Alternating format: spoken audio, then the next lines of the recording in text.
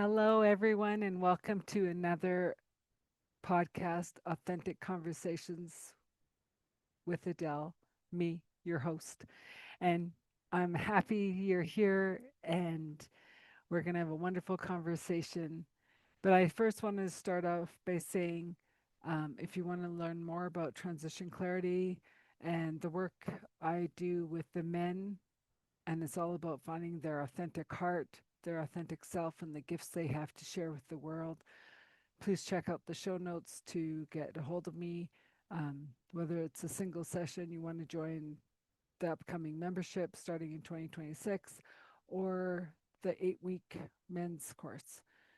It's all about the men rising in their feminine, in their hearts, letting go of the day to day pressures and being more aligned to the essence of who they are.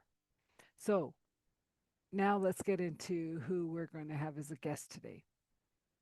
My guest today is Emma Collyer, and she is the owner and principal coach of Aspire Executive Coaching, where she helps leaders turn everyday interactions into powerful two-way conversations that spark trust, creativity, and results. Known for her down to earth approach and energy in the room, she transforms tough talks into growth moments that brings teams closer together.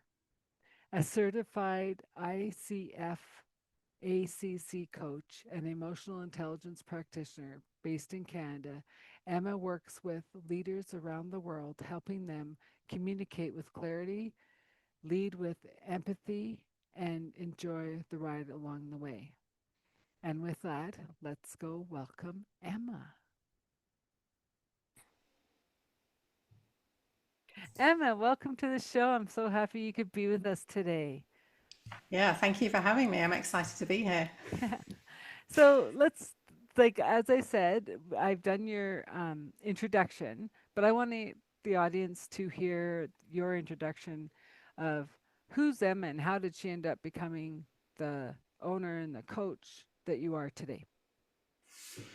Yeah, I guess try not to make it too long here, Yeah. but the I guess the potted history. I started my career as a landscape architect, and I worked in the environmental sector for most of my career. So things like environmental impact assessment work, project management.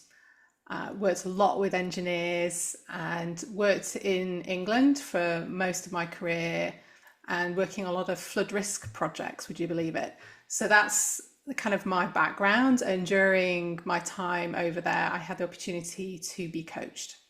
And that spurred my interest in coaching. So I'd not really heard of it before. And it was so powerful, that initial experience. It was so different to anything I'd had before in terms of training, development, that it really piqued my curiosity. And so when I was presented with an opportunity to train as a coach internally, I grabbed it. And that kind of started my journey in coaching others and learning the skill and, yeah, just growing into that. And we moved to Canada in 2018. I worked in the environmental sector for a short period for a conservation authority here in Mm-hmm. Ontario, and then really wanted to make that move into coaching. And so then set my own business up and moved into that full time. But I predominantly work with people that resonate with my background. So a lot of my clients are engineers, architects, environmental specialists, sustainability specialists, project managers in that space, Okay. because the experiences I talk about are familiar. So Mm-hmm. that's my journey, I guess, to where I am today.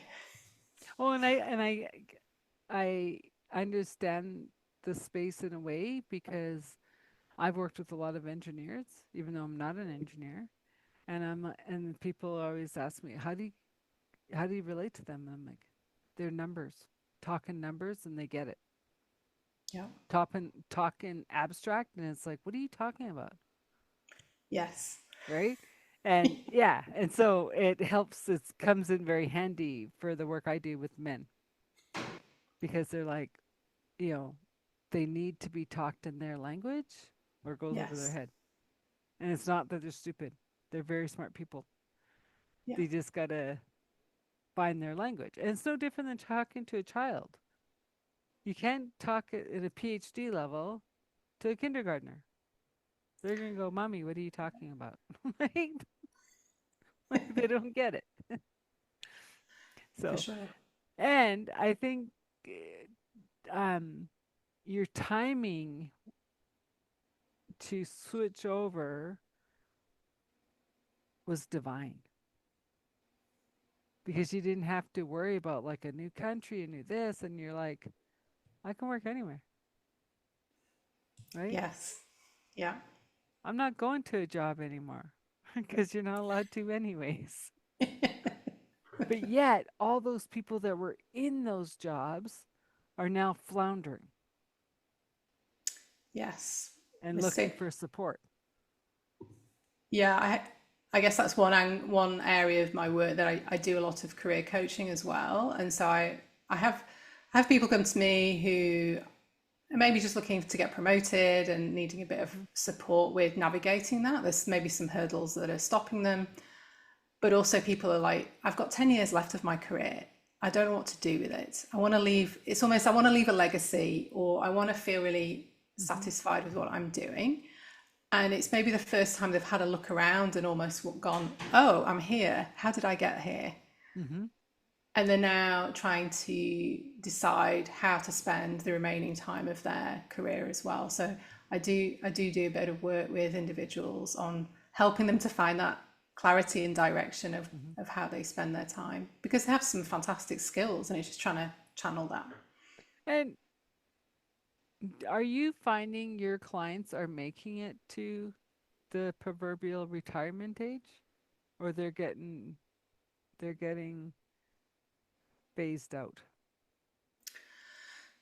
A combination. Mm-hmm. I think I've had a couple of clients, unfortunately, that have been phased out, using your terminology there. So, and then are looking for alternate ways of bringing in income, whether that's consulting work or something else. Mm-hmm. But others are choosing to either move employer or work for themselves or do something else on the side Mm-hmm.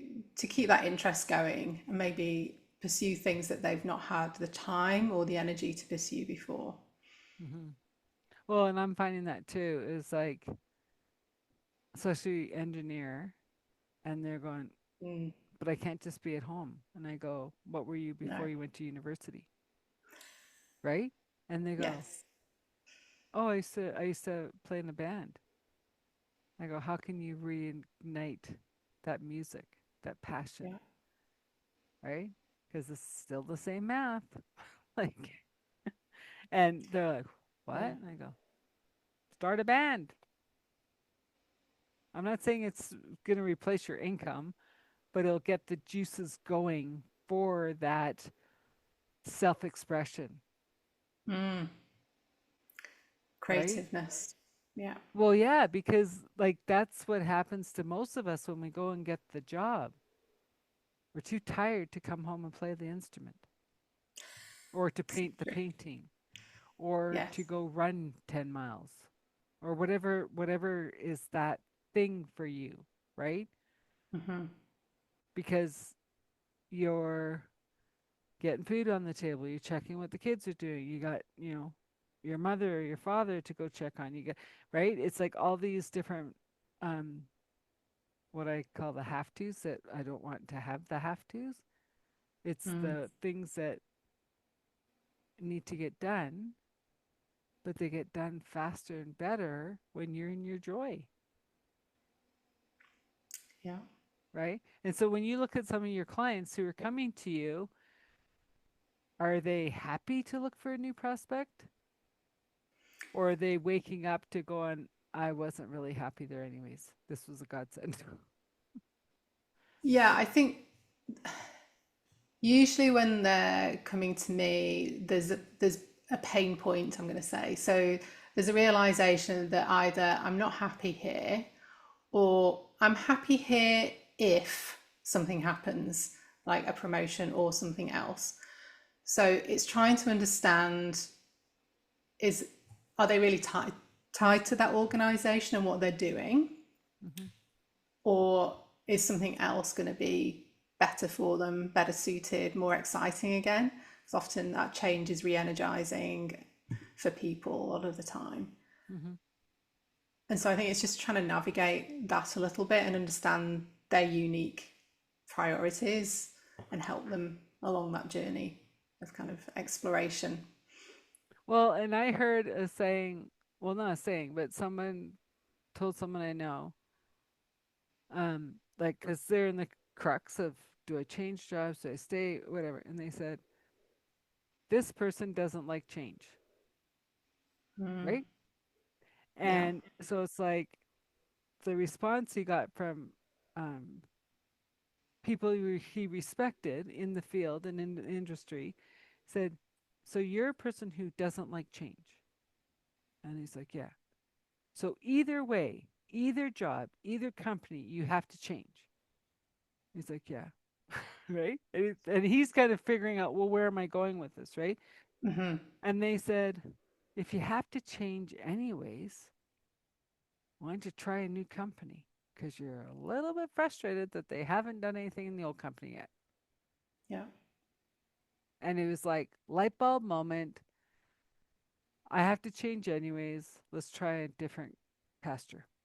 Mm, for sure. Right. And so, yeah. And I thought that was brilliant at how his mentors had said it because they knew, like, he's not a person for change.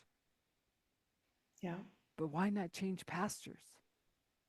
You're still working the same job, technically, Yes. the same, I like engineer to engineer to engineer, but this pasture is more green. This one's kind of browning off, right? Yeah, and I don't know, if you find as well with the clients you deal with, but something that often comes up as a theme is they've maybe been promised something, and so they've been hanging Oh, on. I've been in this situation before, but oh, if next year we'll promote you, next year or 6 months time, and so the individual has been waiting for something to happen for so long, and that's the brown it's grass kind of growing. dangling the carrot and it never really Yeah, happens. And so that yeah, frustration builds. So it's like almost this, do I wait? And it might happen. It's like if it's not happened, it's not probably going to happen. So yeah. yeah, it's a Well, difficult and thing. it's interesting because I've seen through the years of like, well, they said we're gonna have a meeting and said that, and I go, how many times are you gonna believe the lie that they're trying to send out? Well, why do you say it's a lie? And I go, because companies who want something, they do it. Mm, They don't string you along. They don't no. tell you, well, I got to have this meeting and that meeting. Yes, it might happen, but they wouldn't have said that might happen until they've had those meetings, right? And it's just like if you're dating,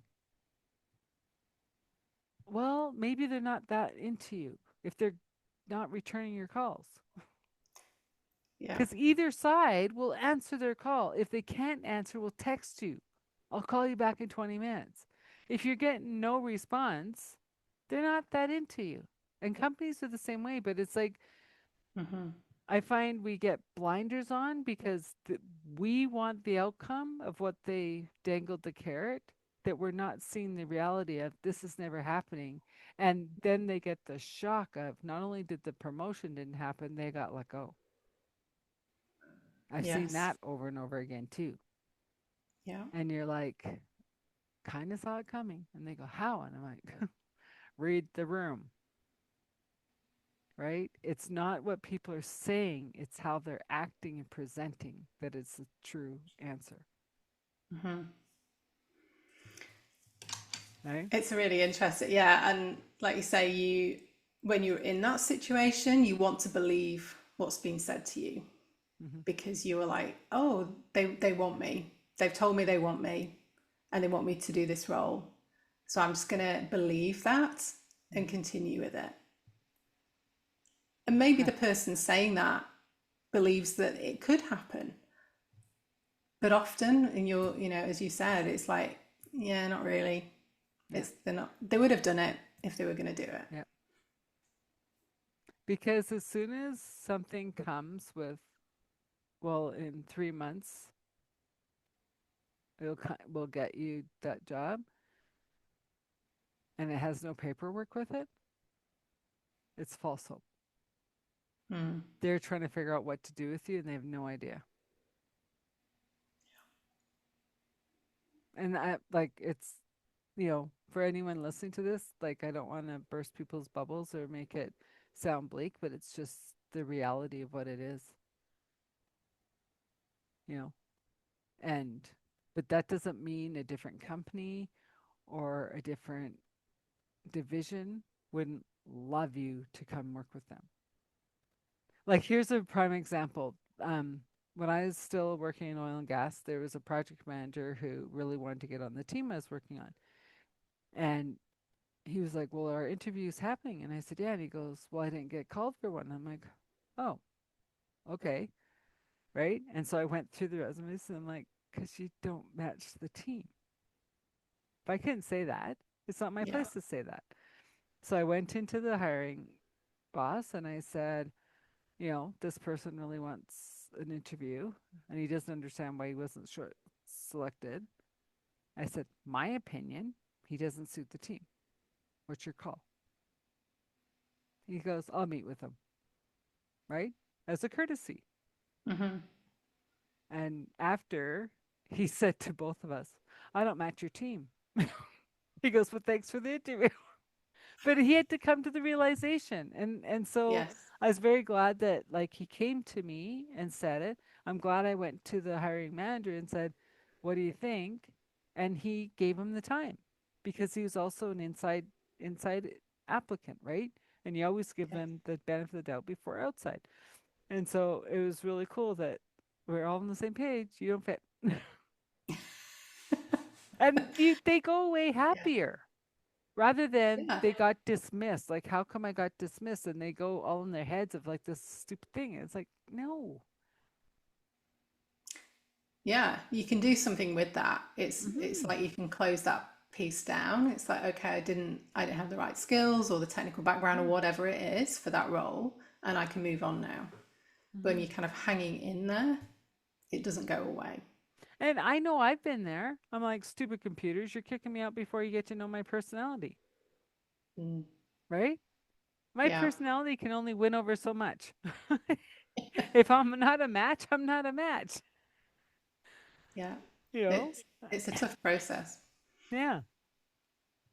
So, what was it that just like lit up your brain to say, ooh, this coaching thing's cool? Like, what made you take that first step to even go to a coach? So I'm trying to think way back when I asked for a coach, and and I had them at various points, but usually there was either a problem that I just didn't know how to handle, often in communication or dealing with a colleague or team or whatever. Or there was kind of like a career pathway that I just was struggling to navigate and I didn't know what to do.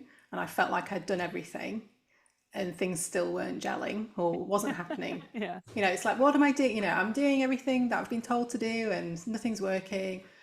So it's at those points where I'm like, okay, I need somebody to talk through this with and to provide that sounding board, to come up with different ideas, just to give a different perspective on Mm-hmm. things because I was so focused on this one, at each time, very narrow in on this is how I see the world.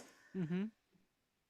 And you just need someone else to go, yeah, maybe look at it this way. Yeah. Or the person, if it's about a person you're dealing with, they could see it from this perspective. And how does that change how you feel about the situation? And so just having somebody else to talk through some of that was so helpful.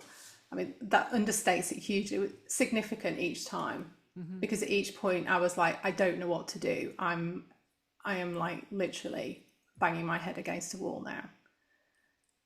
And coaching each time was able to unlock that and move me forward. Whereas I would have still been cycling around the same issue for months, So, even years, some things.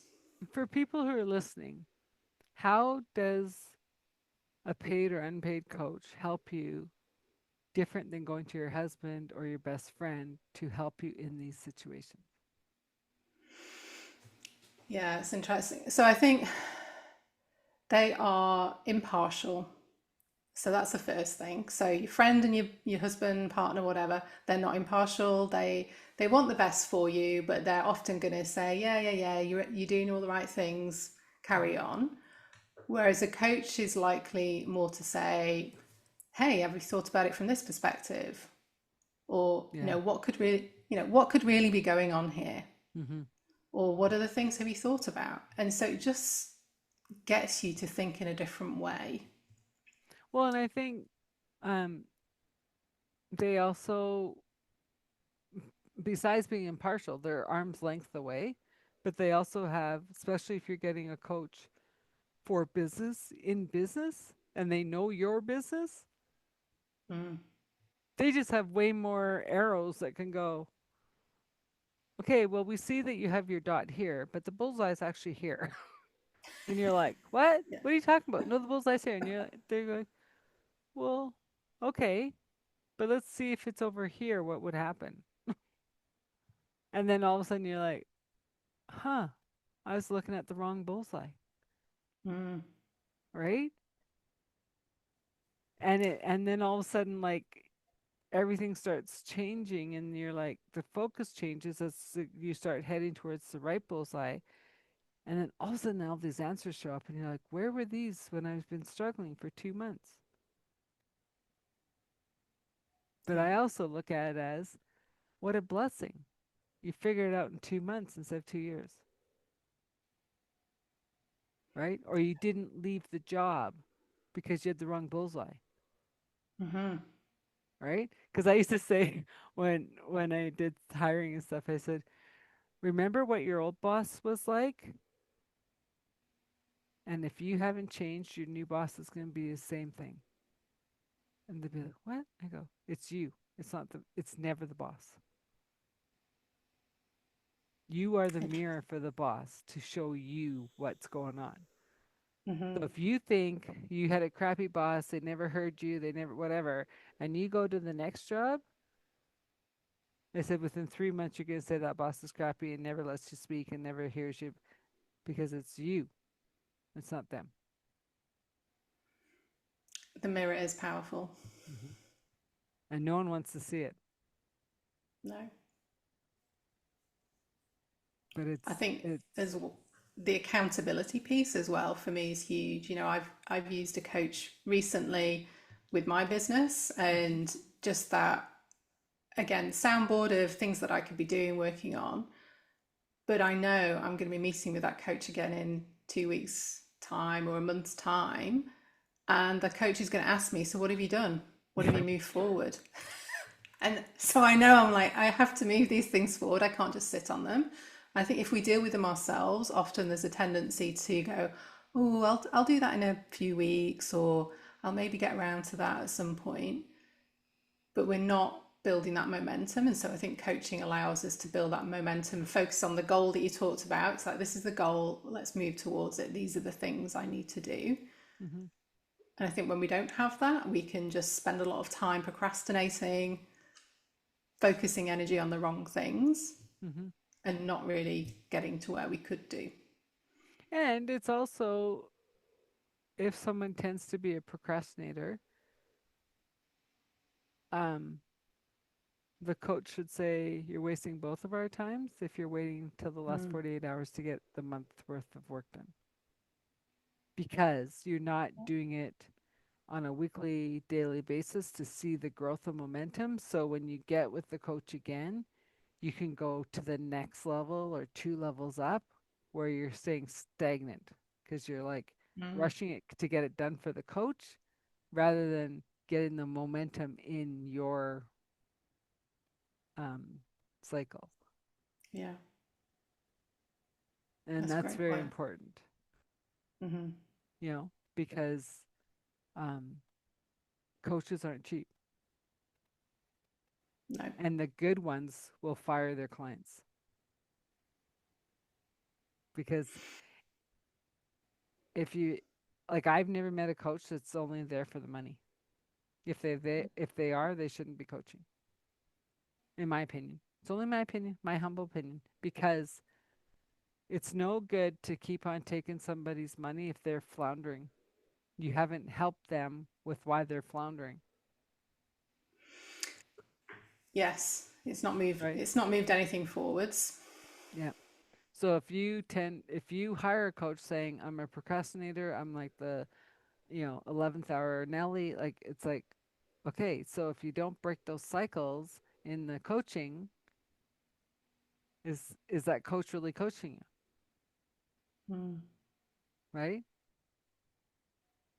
And it's yeah. also, he might this person might be a fantastic coach. This is the right coach for you. Maybe, maybe not, right?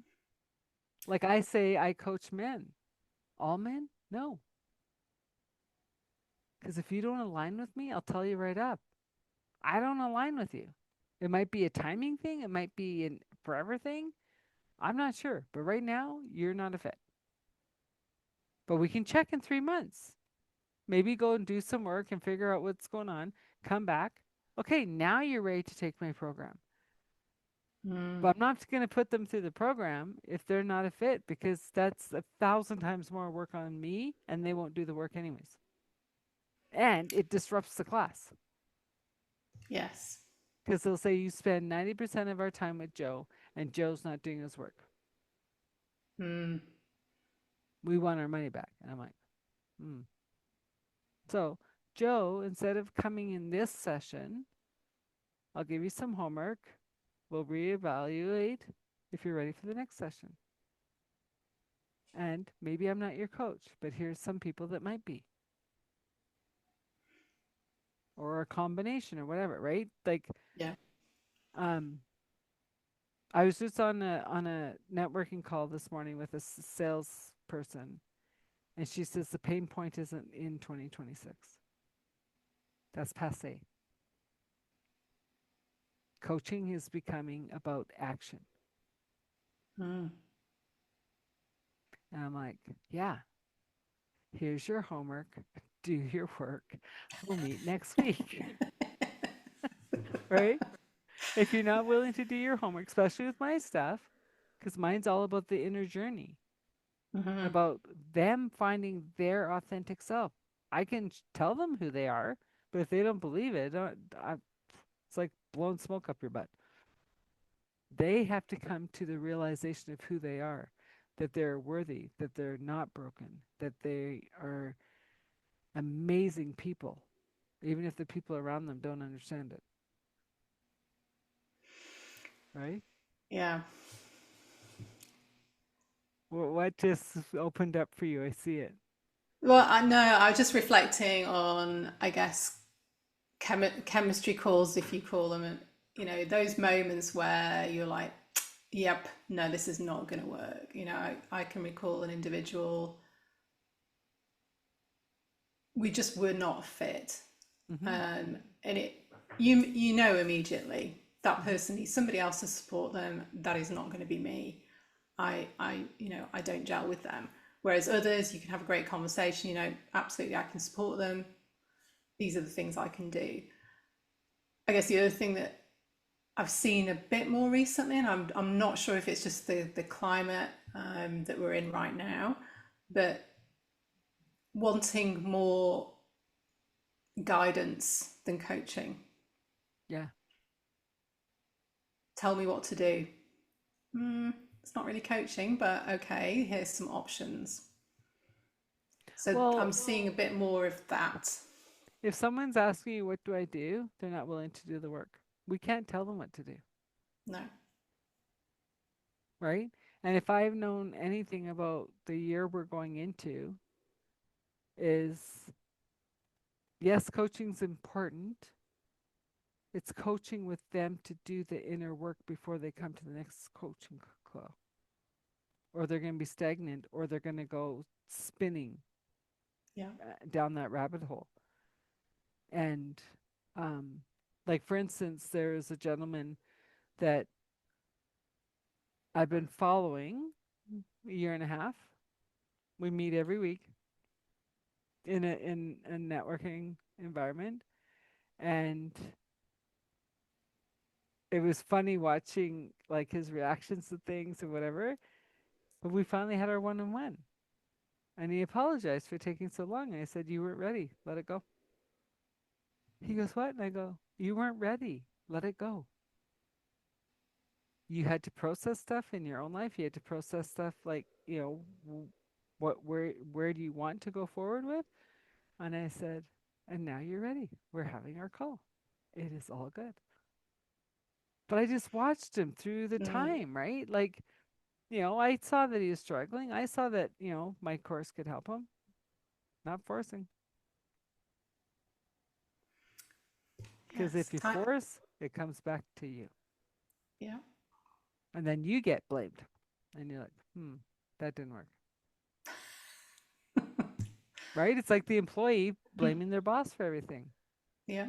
Four fingers pointing back at you. Timing is everything. hmm Well, and it's funny because I had a boss one time and people are like, "How do you handle him?" And I go, "Oh, the commander? No problem." They go, "But how?" And I go, "He likes to command. I don't follow." Right? And so at one point I even phoned his wife at home and I said, "Can you send these three shirts with him to work that he can leave here?" Why? He just needs them. And then he'd come in with his red commander shirt on and I'm like, "You're not going to the meeting dressed like that." And he's like, "Why not?" I said, "Because you're screaming at down the hall before you get in the room." I go, "Just trust me." And would change his shirt. He'd go to the meeting. He goes, "I don't know what voodoo you're doing on me, but I think it worked." I go, "You're welcome." Sounds like a good win. Well, yeah, because it's like there's a reason why you don't wear a red shirt to an interview, Mm, male or female, because you're screaming at them. It's a hot color. It's fire, right? So you might think you're calm and collected, and they're seeing you're a volcano in front of them. We can't hire you. How can we work with a volcano, yeah. Very right? true. And there's a whole psychology on this, of what to wear, not to wear, like, how to transmute it, right? And if you're already a hot tempered person, don't wear red outside. And if you do wear red, a tie is okay, or like a splash somewhere. Yeah. Yeah. No, it's fascinating. Mm, And the colours. fact that we're just both in our blue of communication, lovely to have this podcast. And we didn't even plan it. Like we're just in tuned. That's perfect. Yeah. So where do you see taking your clients going forward? Like how do you see 26, 27 unfolding? Yeah, I think continuing with a lot of kind of training and coaching around communication skills in particular. So I'm doing a lot around feedback, giving and receiving feedback. That's a big area that I've been working on over the last year. Mm-hmm. Um, I think the career coaching is not going to go away. So I think there's still a demand and continues to be demand for that, whether it's people who have been laid off and are looking for support getting back into role, or somebody looking, as we were talking, transitioning to something else. Mm-hmm. So I think there's definitely a need there.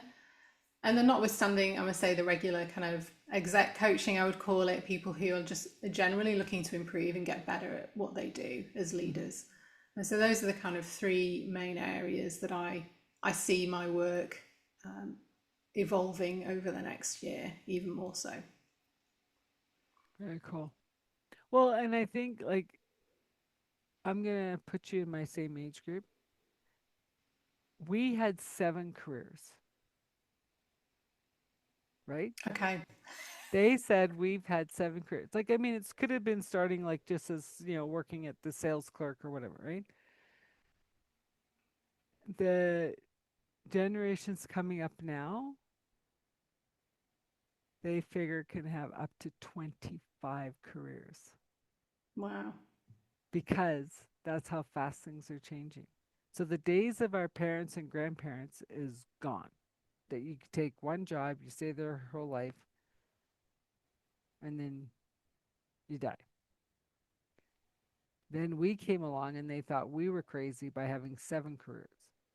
Some had more, right? And I'm like, you think about having a career of even 15 careers, not even what they're saying. Are they just learning on the job and going, oh, I can do so much more Mm. and doing it? Or are they going to school for all of this? Or are they self taught because working's boring and they want to be nomads around the world?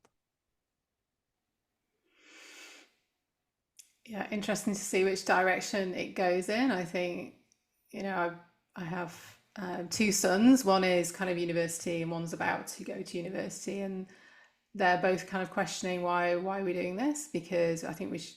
Well, my eldest is has his own business now as well, and so the argument for education is a bit more of a struggle now because the value isn't as it was. And to your point of, well, I can start my career now, I can start earning money, I can do this and it's on my terms. Mm-hmm. Yeah, that's pretty appealing. Why would you want to go and get all this education when you might have to then switch and do something else, or it becomes irrelevant by the time you've finished it? Mm-hmm. That's what some of the students are facing right now. It's like, Well, and I've heard a lot of people like Steve Harvey, Gary V. Um, can't think of other ones, but for sure those two. Whatever the parents were going to give them for university tuition, give them to go bugger off for 6 months. mm, Go travel, go do whatever. Then they'll come back. And then, like, then they know that they're on their own for university if they decide to go to university because they've used the money to bugger off.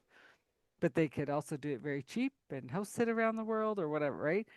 And it's fascinating seeing these kids go, well, I'm not saying no to university. I'm just not saying yes right now.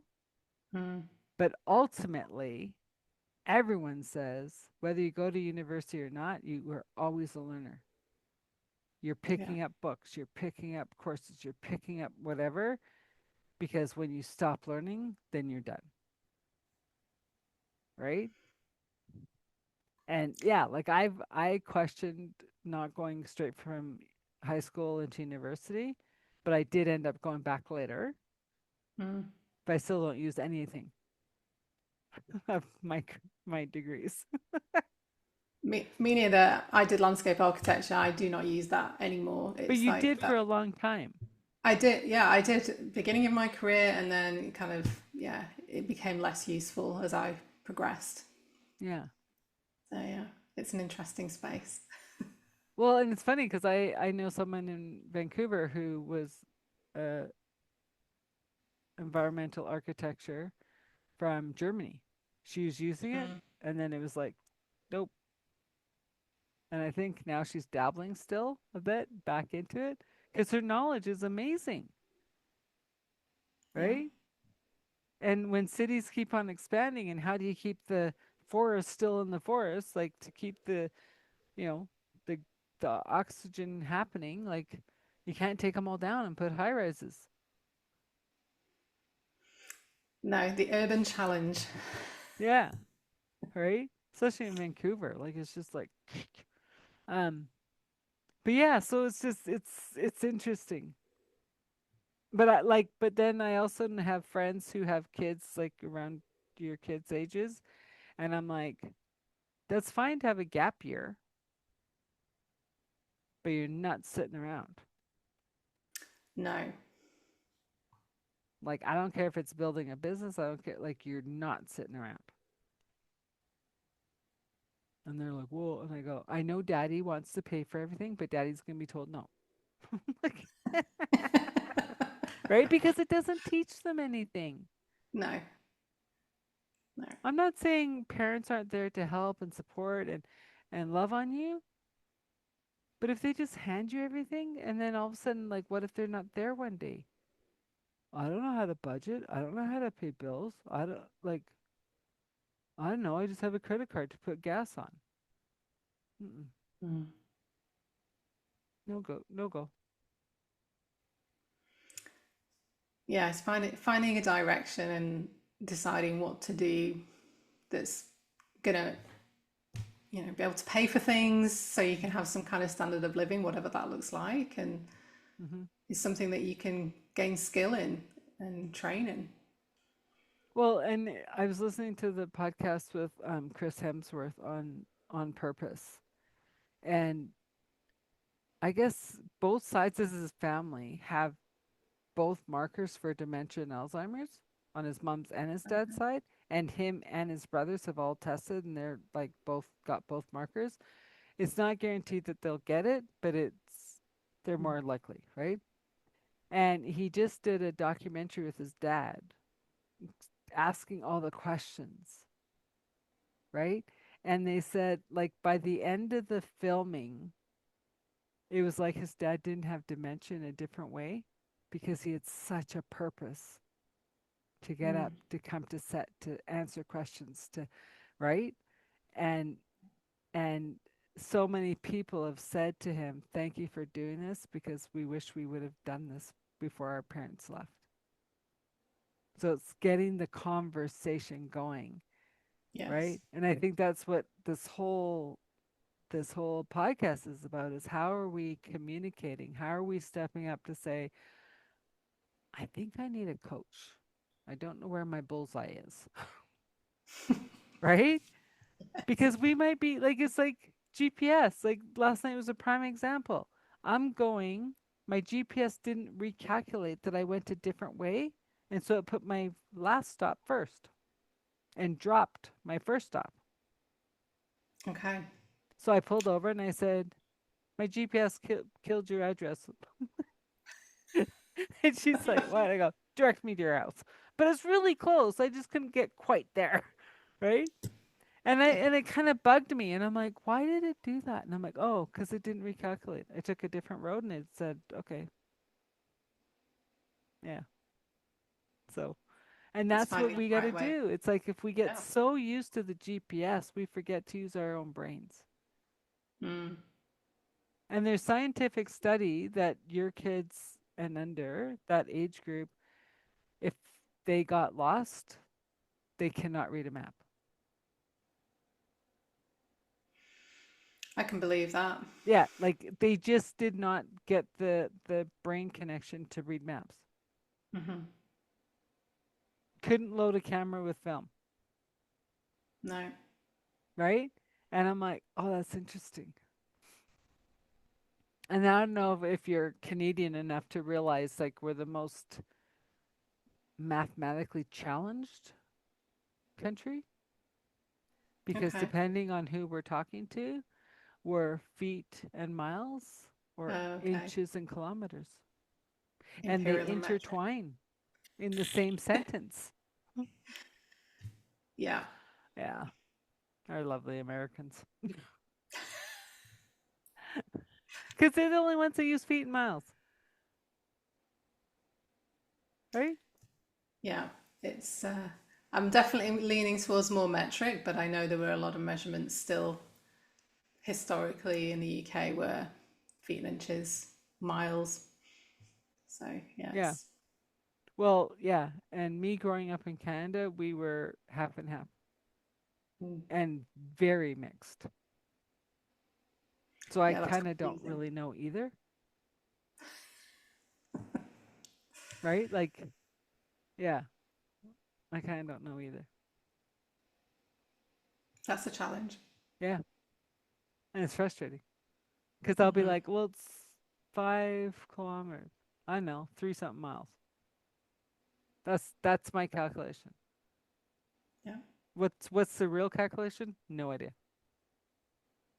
I can do the weather pretty fast because the Americans are always like, "Oh, thank you for always calculating it for us." I go, "You're welcome." Okay, because they'll be like, "Oh, it's so cold here," and I'm like, "Hmm, you're still 28 degrees warmer than we are."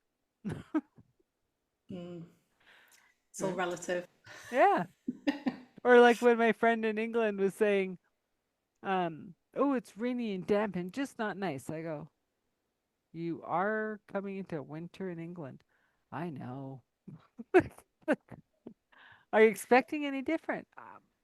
I don't know. It's just like me saying it's not going to be minus 20. I live in Calgary. Like, it's just a matter of when and how long. Yes, the weather is a big deal in the UK, that's for sure. I think it's a big deal everywhere because I remember a friend of mine said, "I'm not talking about the weather." I said, "Of course you will." No. And then his parents called from northern Alberta. "What's the weather down there?" I said, "I thought you were talking about it." And he growled at me. So, whatever. Whatever. It happens.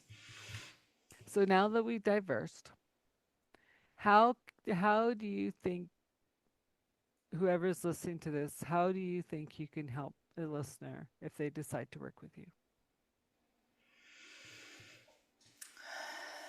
So, I guess two things, if they're looking for individual support, would be if you're looking to progress in your career, you want to get promotion, something along those lines, Mm-hmm. I can absolutely support you with that. Or even if you're looking to get back into employment and maybe you've been like unfortunately laid off, again, Mm-hmm. that is something that I do. And if you're an existing leader just looking to get even better at what you do, Mm-hmm. that's where I can step in and help. You know, there may be a few areas. I have a couple of different assessments I do with my clients to understand, you know, potential gaps or blind spots. I can help with that. So that's typically where I would come in. And are you staying in your industry or are you open to other industries? Is it I is work with it all industries. okay, So it's just those are the, I would say, the bulk of where my clients come from, but I work across all sectors. cool. And what if they're people more like a little bit older than your kids? Are you able to help them just starting out? Like I went to university and I'm working at Tim Hortons. I have, yes, I've had a couple of clients in that space also who really, you know, were struggling, and just a lot of it is to do with a bit of confidence in getting out there and, you know, networking, setting themselves up for success, and even just somebody to check their resume and cover letter and that kind of thing to see, is it okay? Does it need Mm-hmm. any changes? But yeah, absolutely can help in that space also. Very cool. Very cool. So as we wrap up, what are a couple tips that you want to leave the listeners with? Ooh, tips. Um, So if we're thinking about communication and feedback, which is an area that I work in a lot, I'd say if you're preparing to give somebody constructive feedback or have a conversation with them, Mm-hmm. think about your tone and body language. That's often forgotten. Focus on one key message rather than many things. So one thing that you want that person to take away. And if you're concerned about it coming across too aggressively, or set it up with a positive intention. So an example would be, hey, I really want to support you on this project, or I really want you to succeed with this work. Mm-hmm. And then go into, you know, there's just a couple of things that I would suggest or improve to make it even better. So you're kind of, the positiveness helps the rest of the message land. Mm-hmm. And so people receive it far better if you're explaining your positive intention in the first place, but then key then not to overcomplicate it and confuse it with too many things. So, what's your key message? So, those are some things. And then we talked about the tone and the body language as well. Well, and I totally agree with all of them because people forget that the spoken word is only 7% of communication, Yeah. right? It is the tone, it is the body language, it is eye contact, right? It's reading the room, right? Yes. And I even take it one step further is ask if they're open for feedback. If they're not, shut it. Don't open your mouth because it won't land, Mm-hmm. right? Um, and yeah, and being that supportive team member of, hey, just if you need some help, got any questions, I'm here to bounce things off of, right? Be that sounding board. You might be part of the project, you may not be, but sometimes you just need someone to go, eh, like my target's moving and I don't know where it is, right?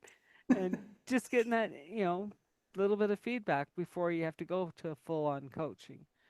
And yeah, Mm. and just be open to all opportunities. Yes, for sure. Like this world is moving faster than we'll ever catch up to. And yeah, just staying open. With that said, thank you for coming on the show, Emma. It's been a wonderful conversation. I'm your host, Adele Bernard, with Authentic Conversations, and we hope you'll check us out. Until next time, everything will be in the show notes, and have a great day. What a great conversation with Emma, and she gave us some great insights on the communication, how to work through what happens when you do get laid off. Are you wanting to go into another job? How is your body language? Because are you turning off the interview by having the wrong tone or the wrong body language?